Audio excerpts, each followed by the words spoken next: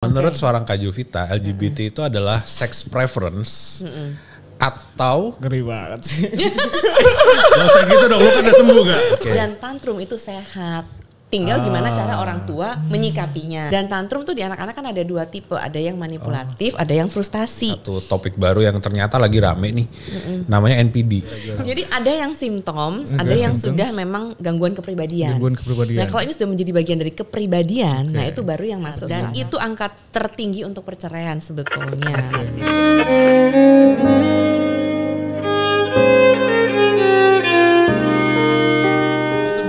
Berjumpa lagi di Awesome Indonesia. Kali ini saya sebenarnya males ya kalau bilang terus-terusan bahwa tamu kita, narasumber kita kali ini spesial, karena terus-terusan spesial saya bilangnya. Tapi nggak beneran, karena saya sebenarnya dari dulu itu hobi saya ya, atau ketertarikan saya. Bahkan waktu SD itu saya ambil buku anak SMA. Itu saya ambil buku psikologi anak SMA. Pelajaran anak SMA loh ini saya ambil, saya bawa pulang, saya coba baca. Nggak bisa, saya ingat banget tuh di Bali, Sekolah Soferdi namanya. Jadi ketertarikan saya sama psikologi. Kenapa? Karena saya sendiri adalah seorang yang dari kecil itu nggak banyak teman, suka dimain orang tua. Saya sendiri juga merasa saya banyak kekurangannya, sehingga saya mempelajari secara terus menerus. Apalagi setelah saya menikah, punya anak. Aduh, psikologi adalah hal yang harus kita pelajari. Dan kali ini kita kedatangan Kak Jovita Maria Farliana. Seorang praktisi psikolog beneran, bukan psikolog TikTok kan ya Kak ya? Bukan dong ya. Jadi sebenarnya kita tuh terapi gratis di sini. Bentar lagi kita gini. Iya. Lo kalau ngomongin terapi biasanya kan gue tidur. Bukan itu, terapi nggak harus kayak gitu. Nggak harus kayak gitu. Kan ya? Karena terapi kaki itu refleksi. Bukan kan. Urut ya. Kebanyakan sekarang orang tuh itu kata TikTok gini, kata TikTok gitu kan. Jadi semua orang pada lihat itu, padahal harusnya kita ngeliat ke orang-orang, tanya langsung ke orang-orang yang emang di ahlinya di bidangnya gitu. Kalau Kak Jovita sendiri dari kapan jadi seorang psikolog?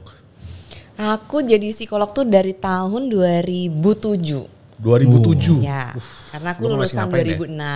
Terus mulai pertama kali praktek di 2007. Pertama kali praktek 2007. Tadi Kak Jovita bilang kalau psikiater itu dokter. Iya. Psikolog juga dokter dong harusnya? Bukan. Jadi kalau psikiater S1-nya kedokteran, S2-nya kedokteran jiwa kan. Jadi ambil bagian jiwanya. Kalau saya itu psikolog, jadi S1-nya psikologi, S2-nya baru penjurusan kita apa? Kebetulan saya ambilnya dulu klinis. Anak, remaja dan keluarga. Iya, klinis anak, remaja dan keluarga. Nah, jadi Indonesia ini kan, tapi kita kan di Indonesia nih. Biasanya tuh Indonesia kita ngerasa psikolog itu underrated lah ya jatuhnya katanya. Orang lebih milih untuk sesuatu yang instan gitu kan. Benar. Entah ke dukun, ke ahli pengobatan alternatif gitu ya. Dibilang orang anak ini kesurupan, anak ini. Ada nggak teman-teman lu yang juga kalau misalkan udah ke psikolog itu kayak gue tuh sampai ke psikolog tau nggak gitu. Kayak merasa udah parah banget gitu. Aku ini bipolar. Gitu. Aku ini sakit mental gitu kan, pokoknya gitu-gitu deh. Nggak sih, ya kan? Ternyata psikolognya baru halo dok gitu kan. Bener juga. Iya. Belum didiagnosa tapi kayaknya gue bipolar gitu. Jadi benar. Dan itu benar-benar. Jadi kalau zaman sekarang nih anak-anak itu suka kayak dia search sendiri kan di Google kan. Misalnya contohnya susah tidur, terus kemudian cemas, kemudian takut apa, dan dia search, dia enter, begitu enter kan keluar tuh ya kan gangguannya macam-macam tuh ya, kalau nggak anxiety lah, ntar ada BPD lah dan sebagainya, ADHD lah, dan dia begitu baca, ini gejala-gejalanya ada nih di aku, langsung dia bilang cocok logi deh, cocok logi deh gitu, padahal nggak kayak gitu. Kalau misalnya untuk diagnos klinis yang benar-benar mau diagnosa yang tepat, itu nggak bisa kita cuman baca dari ciri-ciri gejala-gejala habis itu kita langsung diagnos, enggak. Jadi kalau di psikologi itu pun kan ada, jadi kita harus kayak satu memang ke orang yang bersangkutan. Kedua ke salah satu significant others yang paling dekat sama dia. Let's say misalnya ini remaja, terus misalnya paling dekat ibunya. Jadi kita harus ada yang namanya selain auto anamnesa, ada alo anamnesa juga. Terus habis gitu juga kita kemudian ada tadi alat tesnya juga gitu, dan itu semua ada alat tesnya juga ya? Iya. Ada. Nah itu dia mungkin MMPI, gara-gara itu salah satu contohnya alat tesnya. Nah jadi akan melihat bahwa emang benar-benar akurat nih gitu antara apa yang dia rasakan, apa yang orang lain yang terdekat dia lihat tentang dia dan hasil yang tes yang dikerjakan sama dia. Iya, soalnya kan dengan tumpah ruahnya source of information ini, ya kan, akhirnya banyak anak muda yang begitu self diagnose, terus istilah-istilah yang mereka nggak tahu akhirnya jadi tahu, gitu kan. Kayak sekarang lagi rame banget nih anak kecil, Lingga lagi lihat marak banget anak kecil. Itu lagi kena sindrom skibidip-dop-dop. Skibidip-dop-dop. Skibidip-dop-dop, yes. Scooby-Doo kartun. Jadi kayak ada kartun gitu. Kartun di mana ada kepala nih keluar dari toilet gitu. Terus animasi. Terus dia nyanyi skibidip-dop-dop, yes gitu ya. Terus akhirnya marak nih diikutin sama anak kecil. Anak kecil. Dan ada juga lah orang-orang terdekat yang begitu anak kecil. Terus ada satu lagi contoh. Sepupu yang masih kecil lah, yang masih umur berapa 5-6 tahun, dikasih HP malah jago banget bahasa Inggris, gitu. Gila keren banget gitu, ngomongnya udah bahasa Inggris gitu kan, benar. Jaksel gitu, which is literally gitu kan, udah hebat banget lah bahasa Inggrisnya. Jadi kan gapnya nih jauh banget. Berarti maksud lu ini ada fenomena gara-gara gadget anak kecil bisa terimbas, bisa satunya negatif banget. Bisa positif satunya banget. Positif banget. Gitu. Jadi kira-kira untuk penanganan kenapa sih gitu? Utama P3K-nya lah ya. Pertolongan pertama pada keluarga. Kan K-nya keluarga. Soalnya banyak orang tua banyak ayah dan ibu yang pengen punya anak tapi nggak tahu ngurus anaknya gitu. Ya kan? Gitu. Jadi mungkin bisa dikasih insight-nya seperti apa Ibu Jovita Ferliani. Nah, iya benar. Jadi sebetulnya kan tayangan ini sebenarnya sifatnya kan netral kan ya. Gimana kita mau makainya buat apa, menggunakannya seperti apa, ada aturan atau enggak. Itu kan memang based on orang tua sebetulnya ya kan. Apalagi kalau kita ngomong bicara tentang anak usia dini, itu benar-benar kan di bawah kontrol orang tuanya. Nah jadi kayak tadi misalnya kok ada anak yang kita kasih tayangan kemudian dia malah approve nih meningkatkan kemampuan bahasa Inggrisnya. Ya berarti memang digunakan sebagai sarana yang tepat nih sama orang tuanya, yaitu dalam hal edukasi ya kan. Nah makanya perlu pendampingan. Tapi kalau yang tadi Scooby-Doo misalnya ditonton kan ke anak usia dini, di mana anak usia dini kan dia belum mampu nih berpikir mana yang kenyataan, mana yang bukan, ya realita sama yang itu belum ada gitu. Nah jadi begitu dia lihat ya dia merasa ya itu yang beneran ada di kehidupan nyata dia. Makanya kenapa pada saat fenomena itu muncul kan ada yang sampai anak ketakutan masuk toilet karena dia merasa nanti di toilet tiba-tiba ada muncul tuh kepala gitu kan.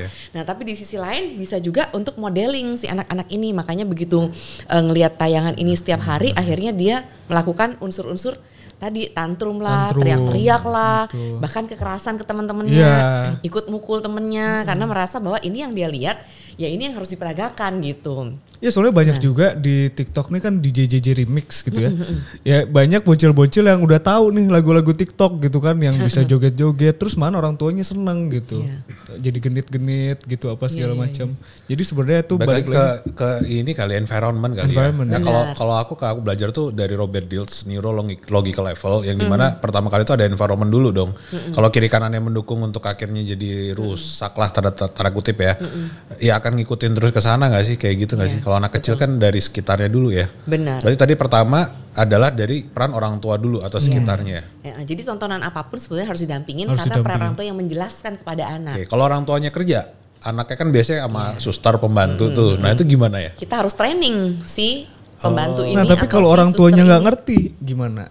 Kayak dibiarin kayak tadi tuh, anak gua nonton Jaran Goyang gitu, mantap. Jaran Goyang, gitu kan.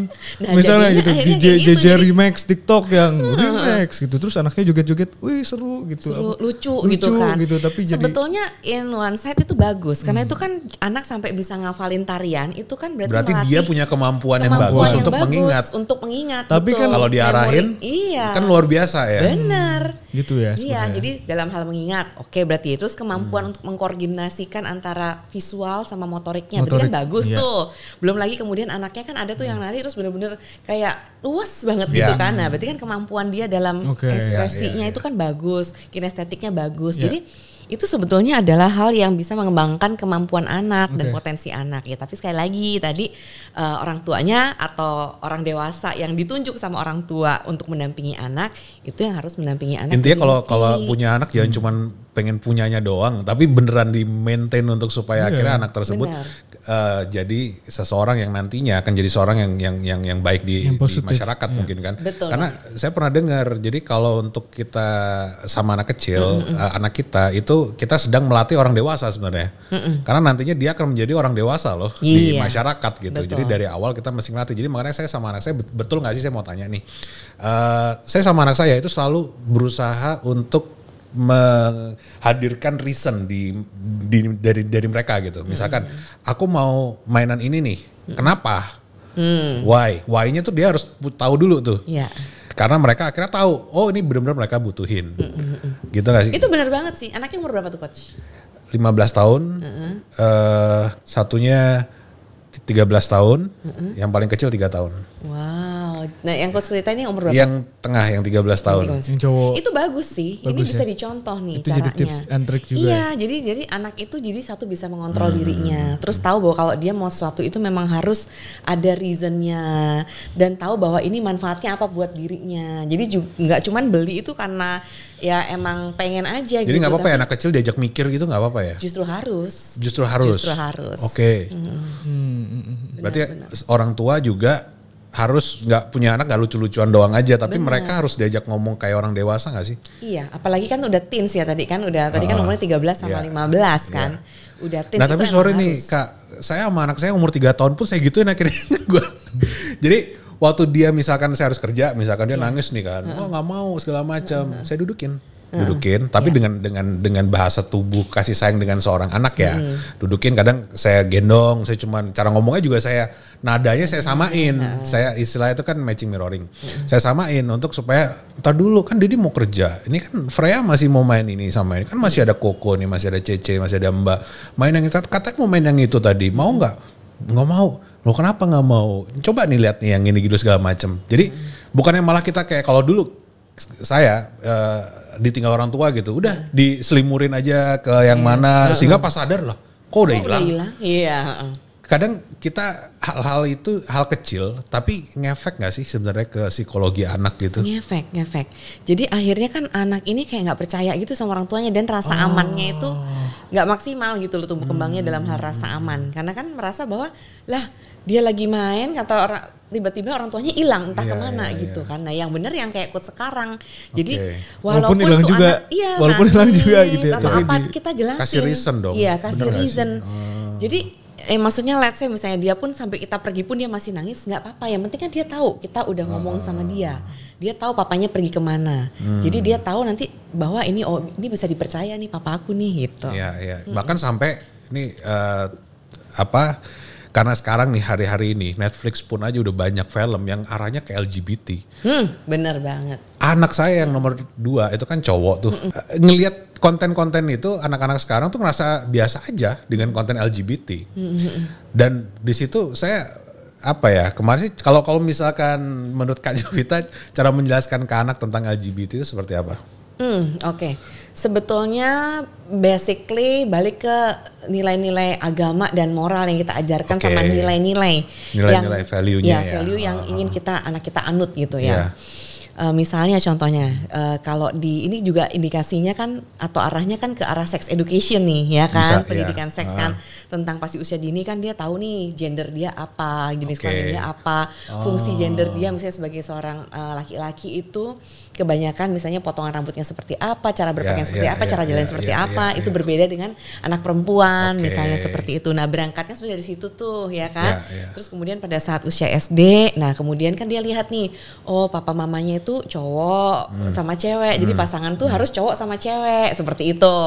Nah terus tambah lagi sex education bahwa fungsi pasangan adalah nantinya untuk menikah dan kalau pada awalnya ya ini ya maksudnya untuk reproduksi. Jadi harus misalnya ada keturunan dari punya anak dan itu hanya bisa diperoleh dari perempuan dan laki-laki. Itu usia berapa harus udah bisa disampaikan? SD. Kelas berapa ya? Makin sekarang kan makin maju nih. Kalau dulu mungkin kalau zaman kita kan misalnya let's say ntar aja dijelasin pas bahkan kuliah, udah mens baru kan. Atau tadi udah nikah, ada bahkan yang udah nikah baru tahu, ada yang habis itu maju ke mens, sekarang maju ke SD. Jadi karena sebelum itu ada terjadi. banyak informasi yang udah masuk ke mereka dengan gampang gitu kan. Betul. Tapi ini karena mumpung ada Kak Jovita. Tapi sebentar coach, ini ada lucu banget. Ya. Ada lucu banget, Liga sempat baca gitu. Ini sex education masih masuk nih. Ya. Ada cerita dari dokter kandungan yang dapat pasien. Ini kenapa nggak hamil-hamil? Ya. Kenapa nggak hamil-hamil? Ini nggak hamil-hamil nih pasangan berdua suami istri. Pas waktu dibedah lagi, ternyata diudel. Oh jadi masukin lubangnya tuh diudel. Itu tuh penting sex education. Bener-bener sex education. Iya loh. Gak masuk akal loh. Instruksinya gak lengkap ya. Jadi diudel. Gak gitu juga lah gak. Orang itu punya kejadian. insting sebagai manusia tuh bayi aja habis lahir tuh merangkak ke payudara ibu bayi. Tapi itu bisa. Kejadian. Jadi spermnya itu ditaruhnya di udel. Karena itu katanya hamilnya di situ katanya. Katanya gitu-gitu loh. Jadi dan itu orang besar loh. Ya kan? Orang besar aneh banget. Lu kurasi tontonan lu deh kayaknya gak. Ntar gue ngomong sama bokap lu deh. Sekarang kita hadirkan. Nah, tapi itu subjektif. Kalau sama Indonesia namanya kalau tidak menghadirkan Tapi itu kan subjektif. Kalau melihat dari negatif ini kan bisa dilihat dari segi positifnya. Itu bisa jadi pembelajaran. Sama juga kayak benar. Sex education tadi. Enggak, bukan itu juga. Orang dewasa aja menunjukkan SDM Indonesia tuh masih segitu gitu. Ya kan? Terus tantrum tuh ternyata bukan di anak kecil aja sekarang. Banyak banget Lia ketemu sama teman-teman Lia orang-orang dewasa yang tantrum. Sebelum masuk ke tantrum enggak? Tadi gue mau nyelesain tentang LGBT tadi. Menurut seorang Kak Jovita, LGBT itu adalah sex preference atau ngeri banget sih. Gak usah gitu dong, lu kan udah sembuh gak? Lu kan udah sembuh, udah tenang. Udah sembuh. Buset, astagfirullahaladzim. It's just now lebih kejam daripada pembunuhan masih bulan puasa lagi. Di Bali, waktu tinggal di Bali juga banyak banget teman-teman yang gay, yang lesbi segala macam. Dan it's okay kalau di communities kan. Tapi community tapi kalau misalnya ke anak ya, ke keluarga tuh kayak yang agak kayak entar dulu gitu. Nah makanya saya pertama kali emang kasih value kayak misalnya ke anak saya yang nomor 2. Saya kasih tahu bahwa this universe meant to be expanded atau berkembang gitu. Dan salah satunya adalah dengan cara antara cowok dengan cewek bersatu. Gak bisa cowok dengan cowok atau cewek dengan cewek. And that's not the reason we live. Kita harus berkembangin kan. Terus ada yang bilang gini, tapi ada loh bayi tabung. But it's not natural gitu. Kalau misalkan orang nggak punya duit terus harus punya anak, gimana caranya kalau dia mau bayi tabung gitu. Jadi saya sekali lagi bukan against, cuman yang saya kasih tahu ke anak adalah this is the reality, the value seperti ini. Kalau lu masih mau ya udah, karena jadinya jatuhnya sex preference.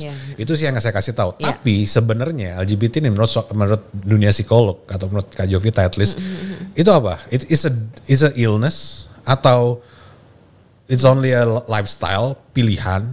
Ya udah gua tahu gua gay tapi gue tetap punya suami, gue tetap punya istri, gue tetap punya anak, atau apa sebenarnya kalau di dunia kedokteran psikolog gitu? Nah itu bisa campuran semuanya dan sex preference itu juga nomor 1 gitu ya. Nah jadi akan ada perbedaan nih kalau kita memang kalau meninjau LGBT dari segi misalnya keagamaan, nilai moral itu kan sudah jelas pasti ya.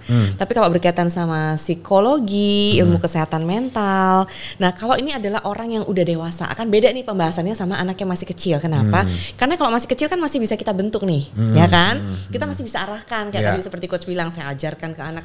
Tapi kalau hadir ke dalam ruang psikologi adalah seorang yang sudah dewasa usianya, artinya sudah kebentuk value-nya, dan dia sudah punya keyakinan tertentu dalam dirinya. Wah, kalau udah yakin repot ya. Nah, jadi kita based on ya udah yang kamu bisa terima apa, yang make you happy apa gitu. Tapi kamu tahu konsekuensinya seperti apa dan kamu ngejalaninnya cocok gak sama value kamu gitu sih sebetulnya. Berarti jadi bukan sebagai illness ya, atau apa sih disorder bukan ya? Kalau dilihat dari segi psikologi, iya bukan. Tapi ya. kalau kita ngomong itu dari ranah agama, nilai moral, mereka akan lihat ini penyimpangan gitu. Oh, kalau dari psikologi karena kalau bukan kita psikologi kita nggak punya rights atau nggak punya hak untuk bilang lu salah. lu kagak bener gitu, nggak bisa. Sama. Karena kita lebih ke orang itu penerimaan dirinya seperti apa, well-beingnya seperti apa, kesejahteraan psikologis yang dia anut seperti apa gitu. Kalau ada anak muda yang duduknya suka kayak gini tuh gimana biasanya Kak? Anak apa artinya? Iya, duduknya suka kayak gini gitu. Nah, terus itu secara umum nih maksudnya anak muda. Ya kalau mulai contohnya boleh ngelirik ke kanan dikit. Udah 2 podcast lu kayak gitu soalnya. Gue cuma penasaran, mumpung ada psikolog daripada gue nilai sendiri gak. Fashion kan nyaman aja soalnya kebetulan tulang punggung ini punya HNP kan. Jadi sakit kalau dengan posisi tertentu. Dengan bukan gak ada ranah psikologis ya, tapi dengan kayak gini tuh nyaman aja gitu. Lebih santai aja bawaannya soalnya kan ini kaku banget ya, berat banget dari tadi bahasannya. Jadi di sini yang lebih enjoy, lebih santai kayak gitu. Bener. Tapi ya balik lagi itu ngeri banget, bukan ngeri sih, tapi kalau di ruang akademis nggak ada yang nggak bisa dibahas, tapi itu akan jadi curveball banget kalau dibahas terus. Balik lagi ke tantrum deh. Soalnya banyak banget di temen Lingga juga yang udah besar gitu ya, yang masih suka tantrum gitu, terus masih inner child ya. Wah ini inner child apa segala macam. Nah itu pembahasan lebih detailnya secara psikologis gimana sih Bu? Nah tantrum itu normal dan bahkan dilewati oleh 90% usia tahapan anak-anak. Jadi anak-anak yang let's say usianya 1 tahun sampai 5 tahun itu tantrum itu wajar sekali. Karena itu adalah bentuk salah satu tahap perkembangan dia untuk menunjukkan bahwa aku tuh punya emosi dan ini cara aku mengekspresikannya. Gitu ya kan. Malah kalau diem aja malah itu khawatir dong. Nah, anak kenapa diem aja. Dan tantrum itu sehat. Tinggal gimana cara orang tua menyikapinya ya kan. Paling nyakitin mata sama telinga aja kalau diumum gitu. Iya, teriak-teriaknya gitu, guling-gulingnya ya. Dan tantrum tuh di anak-anak kan ada 2 tipe, ada yang manipulatif, ada yang frustasi. Kalau frustasi itu gampang, kita lihat aja berarti ada kebutuhan biologis yang gak terpenuhi dari anak ini, makanya dia frustasi. Contohnya kita lagi ibu-ibu nih arisan ngobrol-ngobrol, kita lupa anak kita belum kasih makan. Jadi lapar dong dia. Nah anak kecil lapar kan dia belum punya kosakata yang baik. Dan badannya dia ngasih tahu otomatis untuk lu protes dong karena harus makan. Jadi marah-marah lah dia, guling-guling lah dia. Padahal intinya lapar atau ngantuk, ya kan? Kalau nggak lapar, ngantuk, lelah atau dia sakit. Nah itu sih, itu adalah. Nah jangan didiemin dong orang tuanya pada saat itu terjadi. Iya nggak boleh dong. Kalau frustasi nggak boleh. Jadi kalau itu karena tantrum frustasi itu kita nggak boleh diem. Malah kita harus kayak nih kebutuhan dia apa nih? Oke belum makan ya dikasih makan. Oh dia ngantuk ya udah dibawa tidur gitu kan. Kalau tantrum manipulatif tadi? Kalau manipulatif itu biasa anak yang usianya udah lebih gede di atas 3 tahun 3 sampai 5 itu karena dia tahu bahwa ada keinginan aku yang aku minta nggak dikasih. Terus aku pakai cara ini nih. Dikasih. Nah, lain kali aku minta cara ini lagi. Contohnya, biasa misalnya lihat nih anak-anak di mall, ya kan? Ma minta mobil yang itu. Terus mama bilang, enggak, udah beli mobil di rumah ada 25 mobil kamu gitu kan. Terus yang mulai tuh gulung-gulung teriak-teriak, mamanya ngerasa malu banget ya gue dilihatin sama orang di mall ya. Ya udahlah beliin aja lah gitu kan.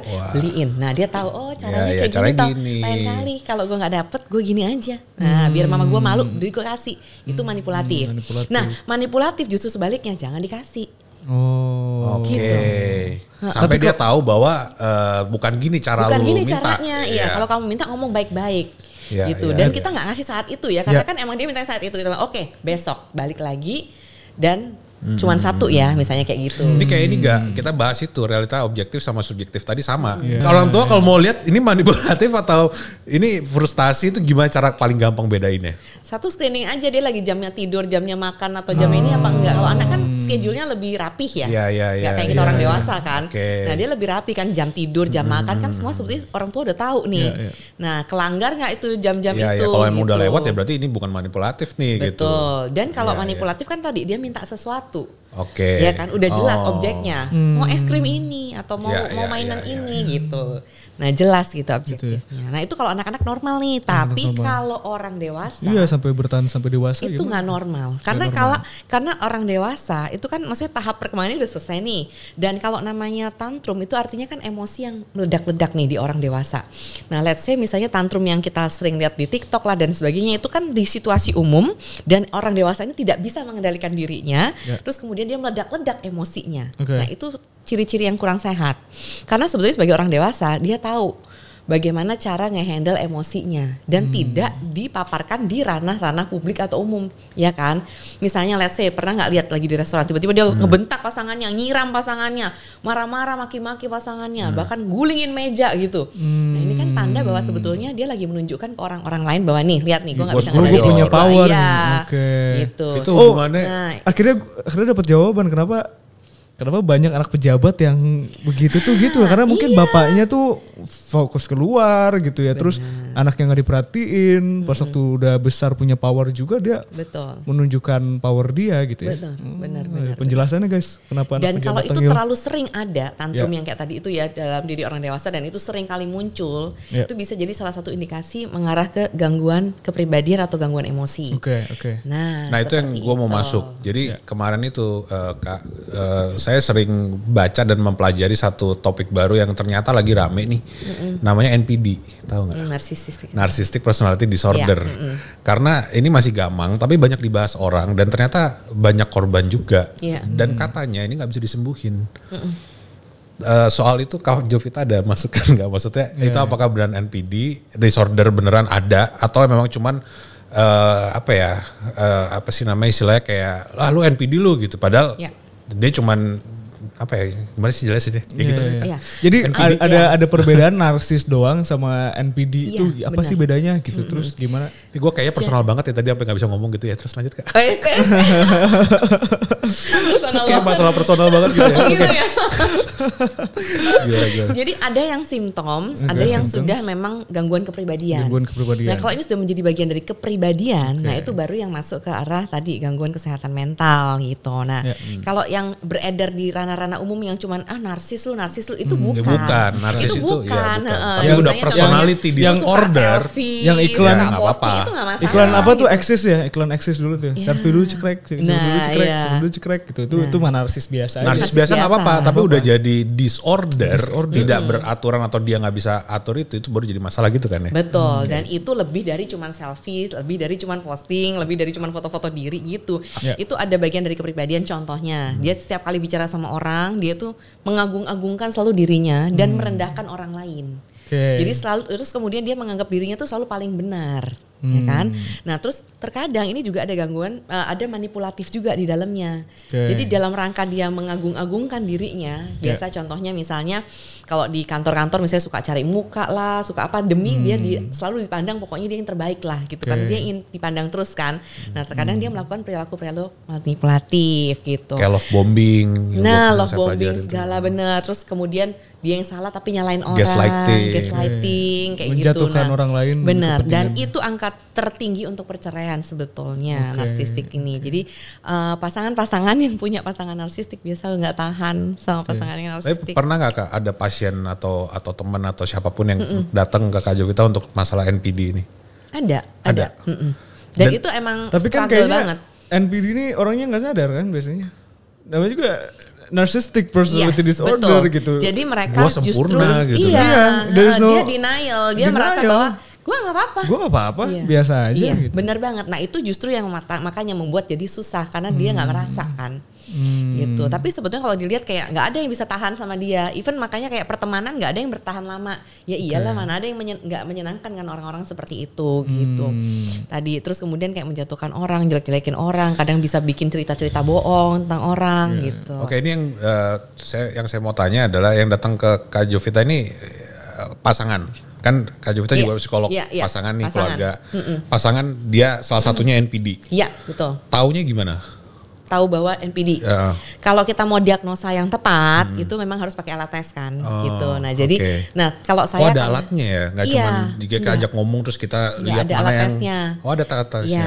Tapi kalau judging by intuisi pribadi gitu, itu nggak bisa menyimpulkan gitu kan, maksudnya untuk keep sendiri aja. Itu keep sendiri aja.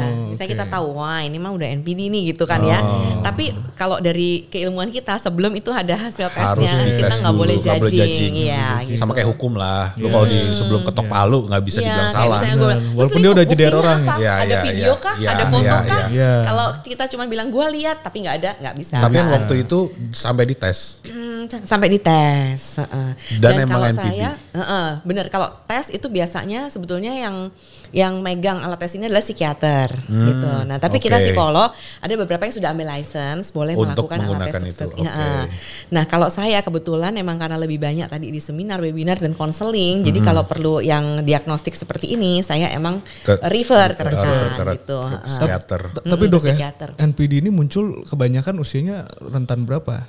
Udah mulai kelihatan nih kayaknya punya bakat, dia narcissistic personality disorder. Kalau bakat sih sebenarnya dari usia 18 udah 18 bisa. Tapi kalau gitu itu benar-benar kuat kelihatan ya biasa di 25 ke atas. 25 ke atas gitu. Enggak, gue penasarannya adalah terus setelah itu gimana mereka yang pasangan NPD? Iya ya. Kayak misalnya udah ada didiagnosa nih. Udah nih, ya kan? Kan udah jelas dia NPD gitu ya. Dan kan katanya dia gak mungkin nerima dong, anjir enggak gue gitu kan. Katanya NPD gak bisa disembuhin soalnya. Gak bisa. Jadi sebetulnya biasanya kalau konseling ini adalah kita nguatin si pasangannya. Kalau arahnya pernikahan itu mau dipertahankan. Kalau dipertahankan. Kalau mau dipertahankan, nggak semua orang bisa tahan kan. Jadi bisa aja misalnya saya udah nggak tahan, saya mau cerai dan itu yang bikin saya sehat mental daripada saya tetap sama dia. Jadi cerai itu baik itu juga ternyata ya. Iya, keputusan. Jadi nggak bisa kita bilang cerai itu salah. Enggak, kita harus lihat situasi, kondisi dan ketahanan mental seseorang. Kalau memang jalan terbaik bagi dia adalah perceraian, ya udah gitu. Apalagi pasangannya punya gangguan kepribadian atau gangguan kesehatan mental, ya kan? Nah itu ini banget gitu. Tapi kalau misalnya let's say pasangannya bilang enggak, aku tetap mau bertahan. Cuman aku nggak tahan nih, gimana caranya? Kuatin aku dong supaya ada aku juga bisa caranya bertahan. sebenarnya. Ada. Jadi kita akan bilang bahwa ya udah, kita akan lihat kamu nggak tahannya itu pas situasinya seperti apa, dia ngomong apa dan bagian mana gitu kan ya. Nah misalnya kalau terkadang ada yang sudah pakai kekerasan KDRT. Nah itu kan yang paling ini ya, paling NPD plus KDRT gitu. KDRT tuh verbal doang bisa masuk KDRT atau nah, kebanyakan baru? NPD pasti melakukan verbal kekerasan. Verbal abuse. Verbal abuse. Yang arahnya nanti ke emotional abuse dan sebagainya. Kalau physical memang ada juga, tapi nggak semuanya yang melakukan. Tapi ada NPD plus kekerasan fisik. Anjir. Nah, jadi kita harus kasih tahu bahwa ini nih alarm kita lihat yuk pasangan kamu alarmnya apa kalau dia mau melakukan kekerasan fisik misalnya. Ya biasa pulang kantor, dia lagi capek. Nah, berarti di jam-jam dia pulang kantor, kamu jangan di depan mata dia lah gitu, ya kan? Kalau kamu jadi sangsaknya dia dong gitu ya. Jadi kayak strategi-strategi semacam itu. Tapi nggak semua orang mau ya. Karena misalnya gini, buat dia ngerasa kayak kok kenapa gue harus customize diri gue sendiri? Kan gue mau kayak di rumah gue sendiri nih, ngapain harus menghindar, ngapain harus berlaku ini segala macem. Benar. Karena hubungan itu harusnya reciprocate gitu. Kenapa gue yang melayani dia mulu dengan disorder dia kayak gitu. Makanya ada juga lagi tren orang sakit mental itu tidak layak dicintai gitu. Capek banget sama orang NPD apa segala macam. Itu kan ya walaupun memang berarti kasihan yang NPD. Walaupun emang kalau ketemu orang seperti itu kita capek juga ngadepin dia, tapi kan ada sisi empati lah kita orang punya empati kan kita empati. Kayaknya orang yang punya mental illness atau mental disorder juga kayaknya layak kok dicintain gitu. Jadi kita tuh ngadepin orang-orang seperti itu kayak gimana sih? Bu? Dia tetap layak dicintai dan dia bisa di treatment, bukan nggak bisa ya. NPD juga? NPD termasuk. Bisa cured? Bisa. Maksudnya bukan cure tapi ada strategi yang dia bisa lakukan pada saat memang dia sudah. Jadi NPD-nya emang gak bakal hilang gitu ya? Tapi caranya misalnya, makanya komunikasi kan baliknya. Misalnya contohnya, dia tahu nih pasangannya udah gak tahan sama dia, tapi dia tahu juga maksudnya dia merasa bahwa ya aku gak salah, kan aku cuman begini, aku cuman begitu gitu ya. Nah kita bilang bahwa oke sekarang pertanyaan kata-kata cuman itu loh. Aku cuman begini gitu. Aku cuman aku lebih baik ya. Aku lebih baik loh. Itu kan biasanya begitu tuh. Bener kayak gitu ya. Aku lebih baik ya gitu. Nah kita kasih tahu bahwa ada batasan yang misalnya contohnya pasangan ini gak tahan tuh di bagian mananya. Jadi pada saat alarm itu sudah timbul, pasangan ini ngingetin dia. Udah ya, stop ya, ngomong itu jangan dilanjutin lagi ya. Aku ngerasa kayak gini loh gitu. Nah, tergantung dia nih. Kalau dia bisa menerima ya udah, kalau nggak bisa ya berarti pasangannya yang kita ajarin buat ya udahlah lu menghindar aja lah gitu.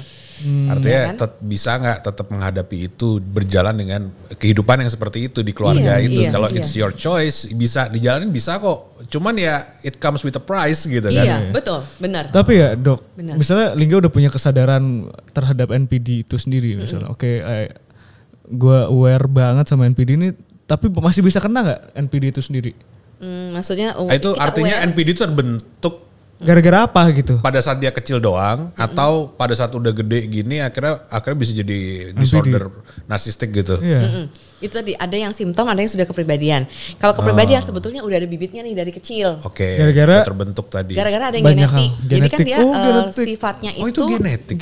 Genetik. Pada dasarnya genetik. Pada dasarnya genetik. Cuma nanti sejalan dengan perkembangan dia. Nah ini ada yang kemudian dari genetik yang sudah dia punya nih, bibitnya ada nih. Itu apakah nanti parah banget atau parah aja atau sedang atau kecil gitu derajatnya. Kayak asma ya, gue kan asma. Kasih tahu asma ini genetik satu, kedua nggak bisa disembuhin, tapi bisa berkurang lama-lama semakin gede semakin berkurang kok gitu. Masalahnya NPD. Bener. Kalau sempat jalan hidupnya nih, misalnya kan tadi saya bilang dari kecil nih, tapi pas usia dini, misalnya udah kelihatan, terus SD kelihatan, tapi kemudian treatment dari lingkungan ini. Misalnya contohnya ke dia ini bagus ya, contohnya tidak dikasih makan nih bibit-bibit NPD-nya. Egonya nggak dikasih makan. Bisa lebih nahan sih. Betul. Tapi kalau ternyata akhirnya ditepa sama kehidupan, entah orang tuanya cerai misalkan, atau dia akhirnya di sekolah dibully segala macem, wah itu kayaknya bener banget. ngasih makan NPD-nya ya. Betul. Waduh, serem ya. Serem banget. Psikologi is a real thing. Benar. Nggak bisa cuma sekedar ngobrol sama temen, nggak bisa cuma sekedar posting di story dengan story item dengan lagu terus kasih kecil banget gitu biar orang ditahan pakai lagu Adele and you said I said gitu kan beda gitu. Nggak bisa kayak gitu doang. Jadi emang kalau emang ada yang merasa beneran ngerasa ada something wrong and it's not right. Help. Gitu ya. Please get some help ya untuk ke psikolog ataupun. Tapi gini, kalau psikolog kan orang mikirnya mahal nih atau dia bakal berkelanjutan terus bayar terus segala macam. Apalagi sekelas Kak Jovita nggak mungkin dong bayarannya kayak di halo dok kan? Gitu ya. Ada saran-saran nggak Kak? Kalau misalnya udah pertolongan pertama nih. Soalnya mungkin ya kan yang punya penyakit mental bukan orang kaya doang gitu. Ya kan ada orang-orang yang makan aja masih kurang gitu. Betul. Jadi gimana mau mikirin psikologinya? Psikologis dahar te bisa gitu kan bahasa Sundanya. Tapi dia butuh gitu. Nah itu gimana? Banyak situs-situs online yang kemudian bisa diraih dan itu free.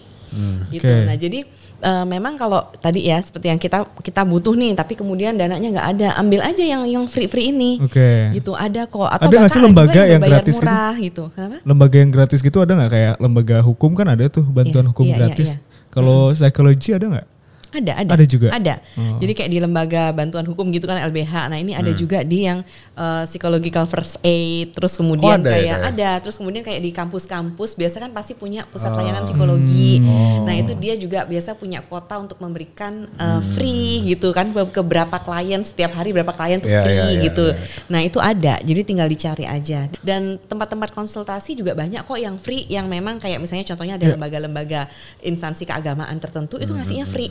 Gitu ya di setiap instansi agama ada tuh yang free. Nah tapi let's say dia profesional dan memang nggak free, itu dari awal udah di charge. Jadi biasanya begitu datang pun biasa klien udah tahu nih harganya berapa, karena kan dikasih tahu dulu nih sama informationnya bahwa per session seperti ini berapa loh. Sih biasanya? Satu sesi itu kan biasa 1 jam tuh ya, tapi ya kurang lebih ada psikolog yang kasih 1,5 jam, ada yang 45 menit gitu, tapi kita pukul rata kurang lebih kan 1 jam tuh.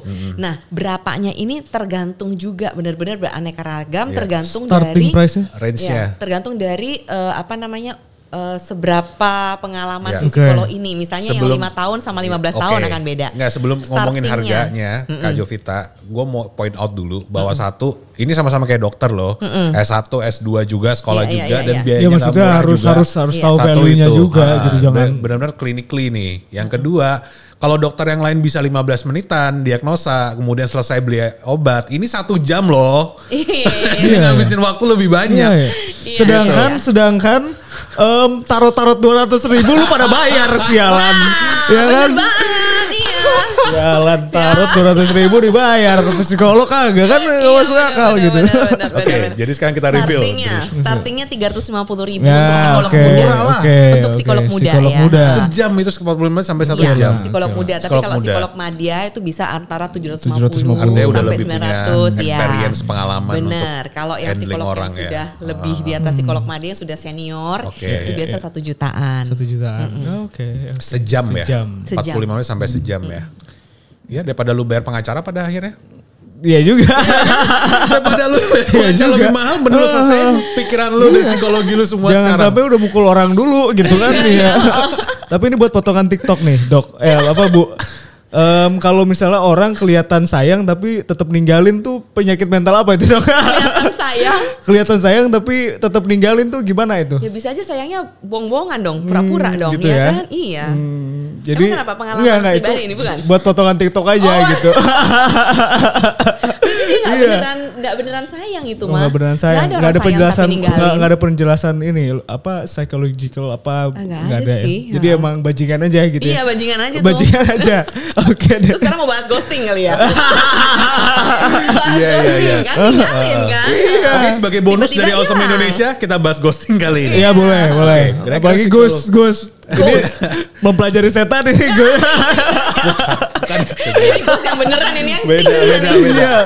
Enggak, karena ini juga cukup mengkhawatirkan karena anak saya kan baru mau remaja nih. Iya. Takutnya di ghosting cowok gitu ya, Pak. Pacaran nih. Nah.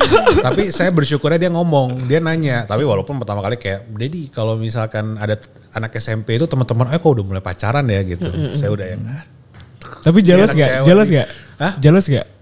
Gue jelas sebagai Dedi punya anak cewek pacaran, yang bakal pacaran gitu. Enggak sih.